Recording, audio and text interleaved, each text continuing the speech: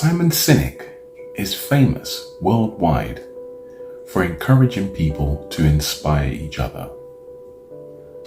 He is an unshakable optimist who believes in a bright future and our ability to build it together. He also encourages world leaders and business leaders to start with why. And recently, I saw a TikTok which encouraged salespeople to ask their clients what's their biggest reason behind blank. Meaning to just ask a probing question, to ask their clients what's their biggest single reason behind what it is they want to achieve, or what it is they want, or whatever it is.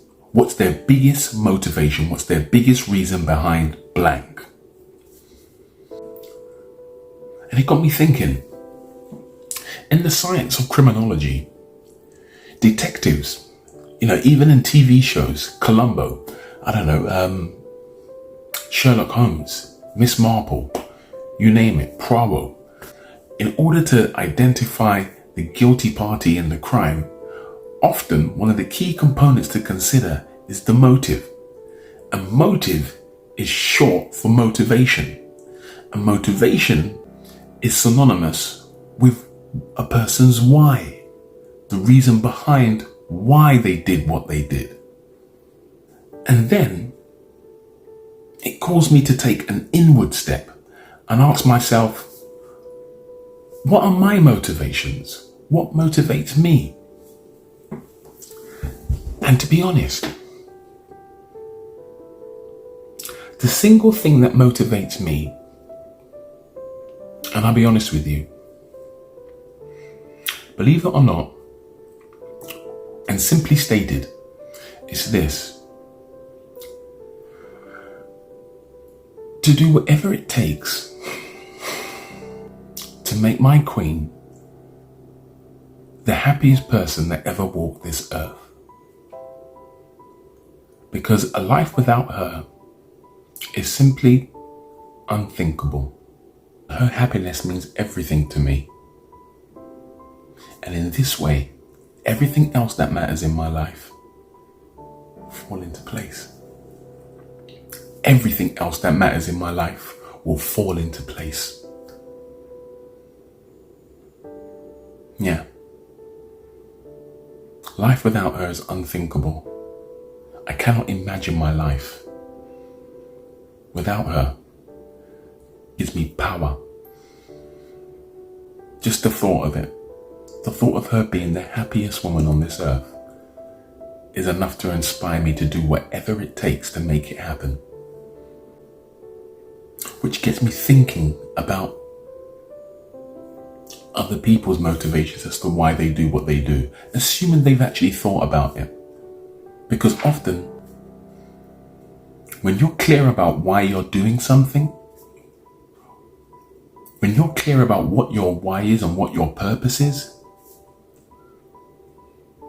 in this way you can ensure that everything that you do, everything that you say, everything that you're working towards is in alignment with that. And from that inward step, I find myself then thinking about the rest of the world. And then I ask myself this question, that a person like Greta Thunberg challenges world leaders on, action against, immediate action against climate change. Why does she do that? What's her motivation? What is Greta Thunberg's motivation for challenging world leaders on climate change? Perhaps it's because she believes that this is the single most important thing that faces mankind. And that's her why.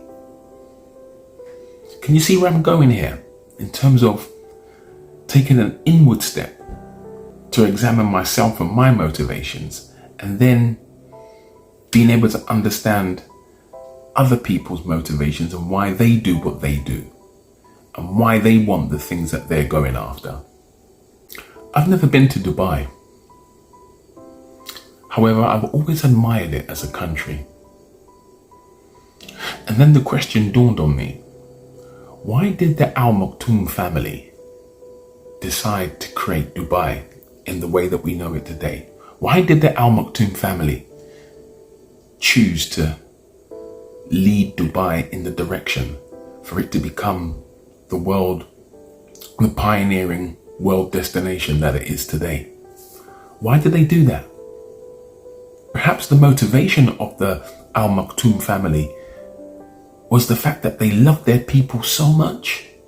They loved their people that much that they were willing to do whatever it takes at whatever cost to create a place which was sustainable, which would, ensure the prosperity of their nation and their people. They loved them that much. Could it be? So if it is possible, just out of a desire to want to do the right thing by your people, wow, it's awe-inspiring what they've managed to create, and there's no denying that. And then it gets me thinking about Africa. Why is it that African leaders have failed to unite to take immediate action towards ensuring the prosperity of their citizens? Why is that? Could it be as a result of colonization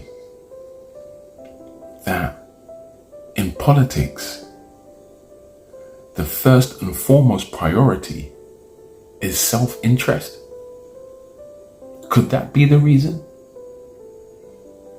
Which is no different to what happens in Europe and the United States.